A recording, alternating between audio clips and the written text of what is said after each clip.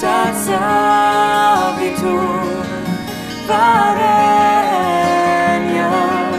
Pago devasya dimahidio Yona prachodaya.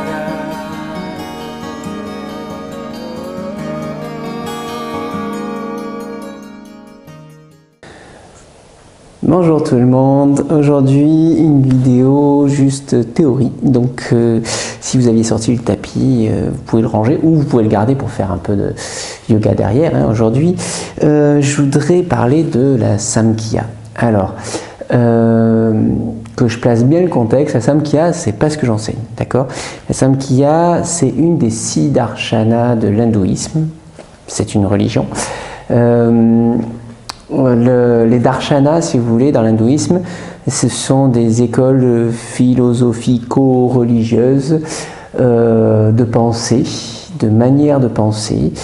Et donc ça s'appelle les Sad Darshana. Sad, c'est 6. Voilà, il y a 6 écoles, 6 voies philosophiques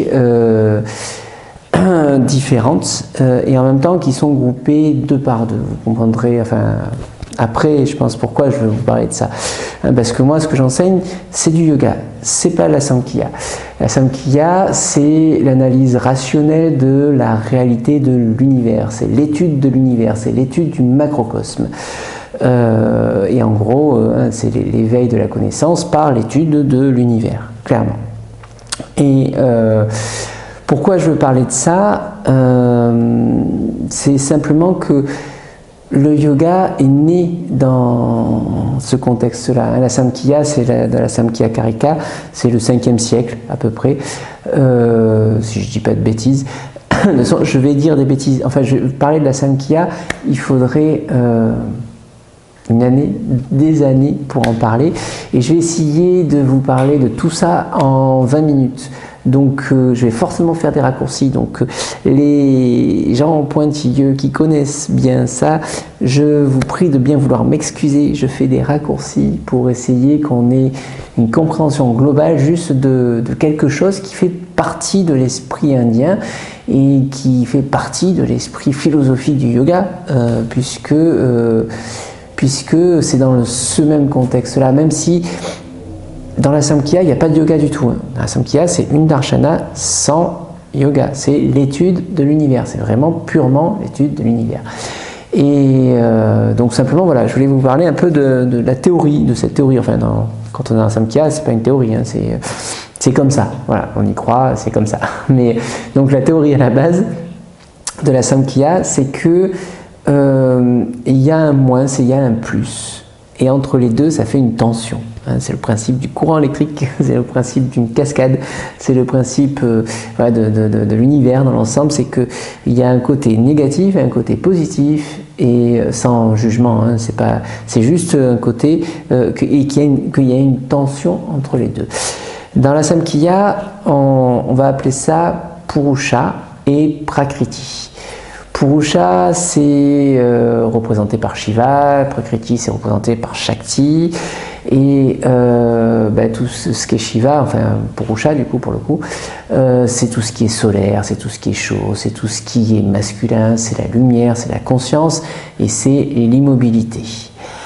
Tout ce qui est représenté par Shakti, c'est ce qui bouge, c'est le lunaire, c'est le froid, c'est la nuit, c'est le son, et voilà, c'est vraiment le mouvement. Ce sont pas des opposés réellement, ce sont les deux choses d'un même tout. C'est-à-dire l'univers, le moins, le plus, Purusha Prakriti, la tension entre les deux, et c'est cette tension qui est à la base de tout. Purusha, c'est le principe immuable, Prakriti, c'est tout ce qui va animer la vie. D'accord? Il n'y a pas de hiérarchie entre les deux, c'est pas Purusha au-dessus de Prakriti ou Prakriti au-dessus de Purusha, c'est l'un a besoin de l'autre pour exister. Sans l'énergie, la conscience n'est rien, elle n'existe pas, et sans conscience, l'énergie ne sert à rien, elle se disperse juste. Donc voilà, c'est vraiment l'énergie, Shakti, hein, enfin, nous en Hatha Yoga on aime bien dire Kali, mais c'est une des représentations de la Shakti en fait. L'énergie, on va dire Shakti pour l'instant, potentialise ce qui est conçu dans la conscience. Donc la Shakti potentialise ce qui est conçu dans Shiva. Voilà. Et la danse de Shiva Shakti, de l'énergie et de la conscience, c'est ce qui crée l'univers. Voilà. Ça, c'est la base de la théorie de la Samkhya. Et donc voilà, et dans cette théorie, dans la Samkhya, tout est dans Purusha, tout est là déjà, tout est latent, tout est présent. Et c'est vraiment important par rapport à notre pratique du yoga en fait, parce que ça va revenir, c'est-à-dire que c'est vraiment quelque chose de constant. On n'a rien à ajouter, tout est là. Et c'est vrai aussi dans la méditation, tout est là. Et c'est vrai aussi dans le nidra, tout est là. On n'a rien à inventer, on n'a rien à ajouter. Simplement, Prakriti, qu'on appelle aussi la nature en fait, une des traductions de Prakriti, c'est la nature, rend ces choses tangibles, visibles ou pas visibles, mais elle rend ces choses qui sont là, dans la conscience, possibles. D'accord? Donc, qu'elles soient visibles ou pas, elle les rend possibles. Sans la nature, rien n'est possible. Et la nature rend ce qui est dans la conscience possible, tout simplement. Et donc, Prakriti, l'énergie, Kali, Shakti, la nature, on peut l'appeler de plein de choses différentes, dans la Samkhya est décrit avec 3 qualités. Ces 3 qualités qu'on va retrouver dans l'Ayurveda, c'est pour ça qu'il y a plein de ponts, hein. Je veux dire, l'Ayurveda c'est la médecine indienne, et avec ces 3 qualités qui vont être Tamas, la lourdeur et l'inertie, Rajas, le mouvement, et Sattva, la légèreté, le spirituel. Ces 3 qualités, c'est pareil, il n'y a pas de hiérarchie dedans, l'une n'est pas plus essentielle que l'autre. Souvent on cherche la légèreté, on cherche Sattva, parce que Tamas est extrêmement présent, qui nous met dans cette inertie, cette lourdeur. Mais sans ancrage qui est lié à Tamas, il n'y a aucune chance d'atteindre la légèreté, ou alors c'est juste être perché. C'est-à-dire que si on se met très léger sans ancrage au sol, c'est un ballon qui s'envole et qui disparaît. Voilà. C'est vraiment cet équilibre de ces 3 qualités qu'on va rechercher, et mais même pas forcément rechercher, qu'on va chercher, on va dire, à équilibrer, dans le sens où ces 3 qualités qu'on appelle des gunas en fait, hein, ça fait beaucoup de mots, mais c'est pas grave, c'est une vision d'ensemble qui m'intéresse. Donc ces 3 qualités sont présentes partout et dans tout. C'est-à-dire qu'un arbre va avoir ces 3 qualités: la lourdeur, le mouvement et la légèreté. Une pierre va avoir ces 3 qualités. Un être humain va avoir ces 3 qualités, un animal va avoir ces 3 qualités. Et simplement dans des proportions différentes. Il est évident qu'une pierre, un caillou, un rocher, va avoir un peu plus de lourdeur que de légèreté. Mais il y a une partie de légèreté, il y a même une partie de mouvement, qu'on sent mieux dans l'arbre. Il y a une partie de mouvement léger dans l'arbre, mais il y a ce mouvement. Mais c'est sûr que Tamas est très puissant dans le végétal. Mais il y a aussi tout un aspect très sattvique dans le végétal. Donc voilà, tout, c'est simplement que voilà, dans la Samkhya, tout est composé simplement de ces 3 qualités. Et que ce sont les proportions différentes qui font que les éléments sont différents. Dans le corps humain, on va donc avoir ces 3 qualités, mais en plus de les avoir en proportions différentes, on va les avoir en proportions différentes à différents endroits. C'est-à-dire que tout ce qui sont les centres du bas ici, ce sont les centres de l'ancrage. Donc forcément, Tamas va dominer dans ces centres-là. Dans les centres du milieu, on va dire, ce sont les centres dans lesquels ça va être Raja qui va dominer, c'est le mouvement. C'est voilà, ce qui va nous mettre en mouvement. Et dans les centres du haut, c'est Sattva, la légèreté. En fonction de ce qu'on travaille en yoga, comme centre d'énergie, on va travailler l'ancrage, le mouvement ou la spiritualité. C'est parce qu'on met en jeu ces énergies. C'est pour ça que je vous parle de la Samkhya. C'est pas pour que vous étudiez la Samkhya et que vous mettiez dans l'étude des textes, bien que ce doit être absolument passionnant. que ça peut être absolument passionnant, mais c'est pas c'est pas mon objet ici, hein, je n'enseigne pas les textes. Donc voilà, je vous en parle juste parce que ça fait partie de la culture, parce que le yoga se réfère en permanence à ça. Et le yoga se réfère en permanence à ça, tout simplement parce que, enfin quand je dis le yoga, hein, c'est les Yoga Sutras de Patanjali, la Bhagavad Gita, le Hatha Yoga Pradipika et tous ces textes qui sont les fondements du yoga. Parce que c'est une des 6 autres darshanas en fait, c'est-à-dire qu'il y a une darshana, c'est la Samkhya, et une autre darshana, c'est le yoga. Alors attention, c'est pas forcément le yoga que j'enseigne, c'est, j'ai déjà fait la différence peut-être, mais ça mériterait peut-être une vidéo à part entière pour faire la différence entre le Hatha Yoga et le yoga de Patanjali, le Raja Yoga. Mais globalement, on peut dire que le yoga, c'est la pratique de la théorie de la Samkhya. Autrement dit, plutôt, c'est que c'est le chemin inverse. C'est-à-dire que la Samkhya part de Purusha et Prakriti pour décrire l'univers. Et donc, il va décrire l'univers en disant il y a Purusha et Prakriti. De la Purusha et Prakriti, on va parler du corps humain, du coup. Alors, de Purusha et Prakriti dans le corps humain, donc de l'énergie et de la conscience, va être créé Mat ou Buddhi. Buddhi, je préfère utiliser Buddhi, c'est l'intuition en gros, hein, d'accord, c'est le Mat, Ma, c'est grand, hein, on l'a déjà vu dans plusieurs postures. Mat, c'est le grand principe, mais c'est l'intuition, d'accord. Donc de la Purusha et Prakriti est créée l'intuition. L'intuition va donner lieu à Ahamkara. Ahamkara, littéralement, c'est le faiseur de moi. Faiseur de moi, c'est l'ego, c'est le principe d'individualisation, c'est le fait de se rendre compte qu'on est un individu séparé du reste. C'est l'ego hein, qui nous montre être séparé du reste. De l'ego, on va trouver 2 choses, Manas, et c'est les Janandriya et les Karmendriya, et les 5 Tanmatras.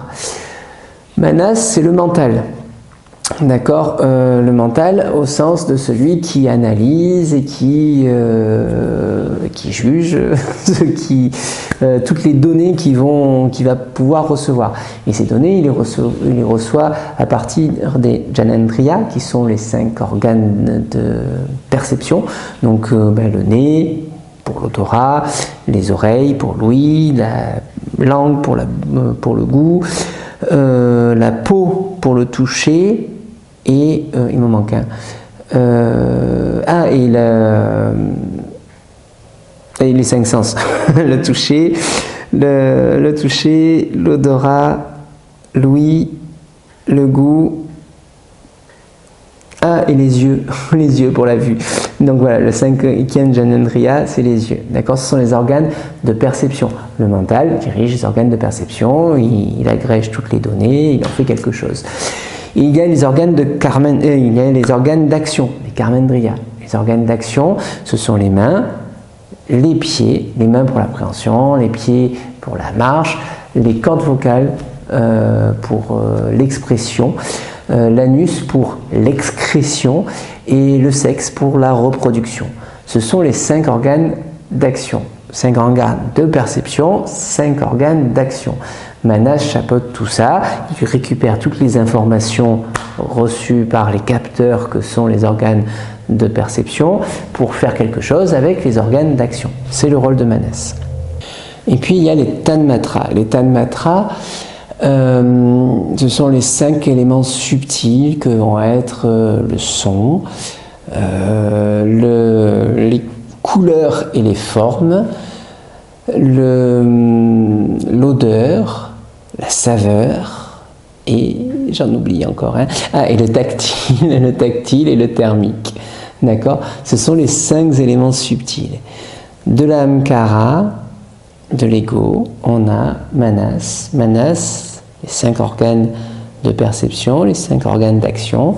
De l'Ahamkara, on a aussi l'accès aux 5 éléments subtils. Ces 5 éléments subtils composent les 5 éléments grossiers que sont l'espace, l'air, le feu, l'eau et la terre. Dans la Samkhya, ce sont les 25 tattvas. Je vous mettrai dans la description un petit résumé de tout ça, parce que ça va peut-être un peu vite, mais voilà, c'était pour expliquer un peu ça.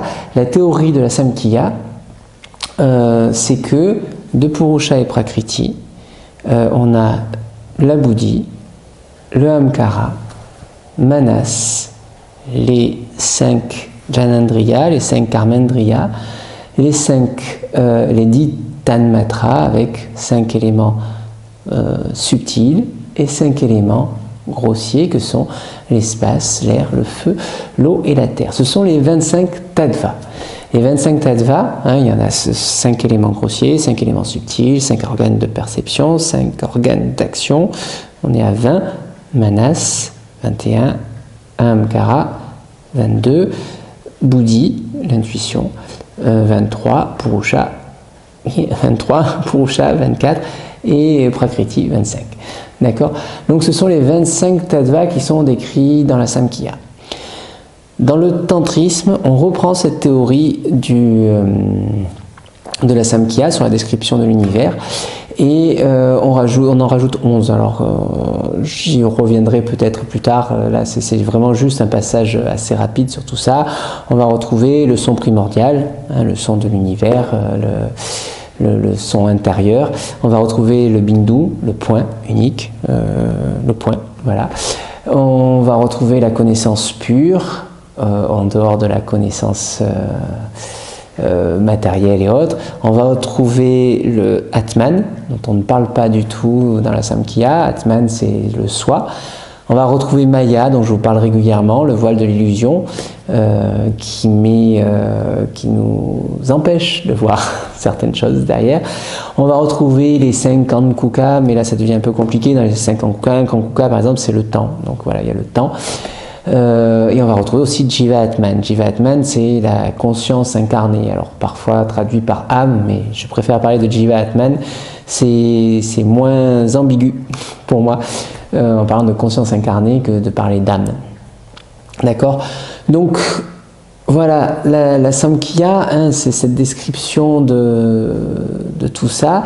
Et l'idée, c'est que par l'étude, par l'analyse, par la recherche, par l'observation du macrocosme, on en déduit tout ce qu'il existe en dessous. La pratique du yoga, quand je dis que c'est le chemin inverse, c'est que on va chercher dans la pratique du yoga à percevoir les Mahabhutas. Les Mahabhutas, ce sont les éléments grossiers, les 5 éléments grossiers, ceux qu'on a déduits tout en bas de la Samkhya en fait. On va chercher à les percevoir. Et à partir de cette perception, on va chercher à avoir conscience des Janendriya, des Karmendriya, des Tanmatras, de Manas, de Ahamkara, peut-être de lever le voile de l'illusion, de Maya, de percevoir le Buddhi, et pourquoi pas Purusha et Prakriti. Voilà, c'est-à-dire que c'est vraiment la pratique du yoga, et c'est pour ça que je vous parle de tout ça, parce que ce sont des termes qu'on va retrouver dans toutes les explications, dans tous les enseignements du yoga. Et ces termes-là, ils ne sont pas religieux dans le sens où on ne vous demande pas de croire du tout. Dans le yoga, on vous propose de pratiquer. On vous propose de pratiquer et de percevoir. Et de chercher à percevoir. Et donc voilà, ça me semblait intéressant parce que c'est vraiment tout le sens de nos pratiques de yoga. Donc ça me semblait intéressant d'aborder ça, dans le sens où c'est tout le sens de nos pratiques de yoga que de percevoir les Mahabhutas et les éléments grossiers et peut-être au-dessus. Voilà, c'est la perception. Et en plus de ça, nos pratiques visent très souvent à modifier les gunas. Les gunas, si vous m'avez suivi, si vous n'êtes pas complètement perdu, ce sont ces tamas, rajas et sattva, sont les 3 qualités de l'énergie, pour faire simple.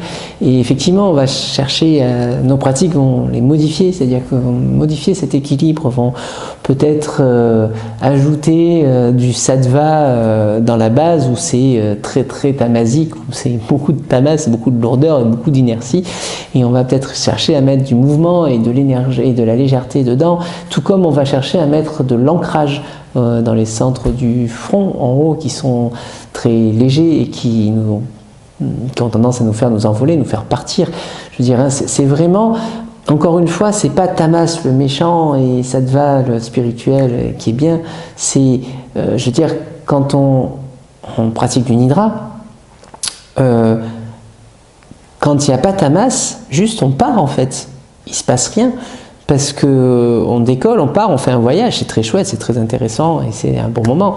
Mais il ne se passe rien. Il faut qu'il y ait cette lourdeur et cette inertie qui nous rattache ici pour que la conscience puisse se mettre dans Tamas. Il faut qu'il y ait du mouvement pour que cet ancrage soit efficace et intéressant.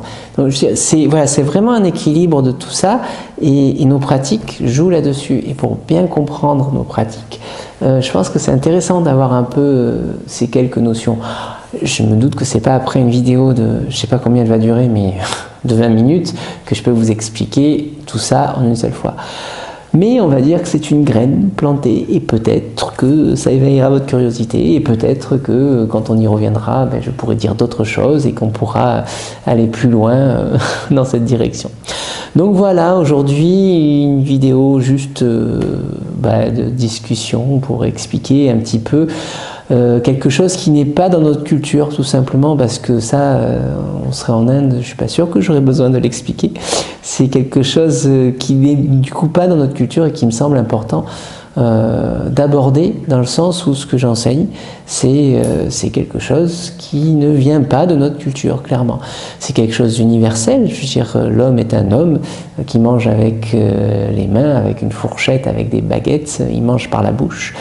La femme est une femme, c'est pareil. Et ce sont des principes universels et c'est ce qui fait que des fois on me dit oui mais ce que tu enseignes c'est pas moderne, c'est une pratique ancestrale. Et alors qu'on est des hommes modernes ou des femmes modernes et non pas des êtres humains du 5e siècle. Certes, mais l'être humain reste un être humain. Voilà. Et ces textes et ces pratiques ont traversé les siècles parce que justement, ils ne s'adressent pas à un contenu d'actualité, mais ils s'intéressent à ce que l'on est. Et ce que l'on est, ça fait un certain temps que l'on est comme ça. Voilà. Je m'arrête là-dessus, je pense qu'on pourrait en débattre et en philosopher assez longtemps. Je ne vais pas aller plus loin, ce n'était pas le but de cette vidéo. Et donc, je vous dis simplement à bientôt et avec un grand sourire.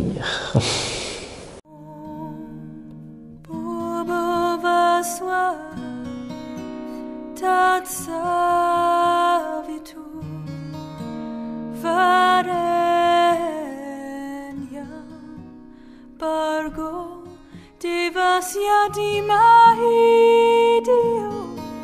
yona pracho